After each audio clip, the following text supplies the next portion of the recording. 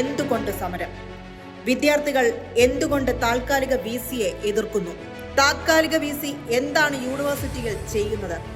താത്കാലിക വിസി യൂണിവേഴ്സിറ്റിയിൽ ഒന്നും ചെയ്യുന്നില്ല എന്നിടത്തു നിന്ന് കൂടിയാണ് ഈ പ്രശ്നങ്ങൾ ആരംഭിക്കുന്നത്.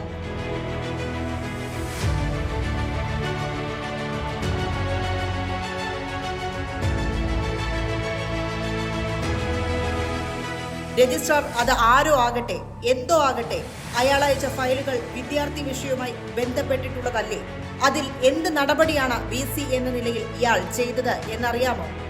എല്ലാം ഒന്ന് തുറന്നു പോലും നോക്കാതെ തിരിച്ചയച്ചു.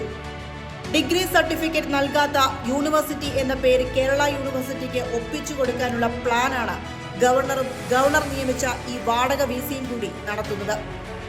ആരോടാണ് ഇയാൾ പക പോക്കുന്നത്? ആരെയാണ് ഇയാൾ തോൽപ്പിക്കാൻ നോക്കുന്നത്? ഇതിനെതിരെയാണ് കേരള യൂണിവേഴ്സിറ്റിയിൽ സമരം നടക്കുന്നത്.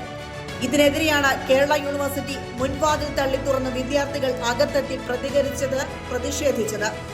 നമ്മുടെ സർവകലാശാലയെ, നമ്മുടെ ഉന്നത വിദ്യാഭ്യാസ മേഖലയെ തകർക്കാൻ നടക്കുന്ന ഇവരെ തിരിച്ചറിയുക തന്നെ വേണം.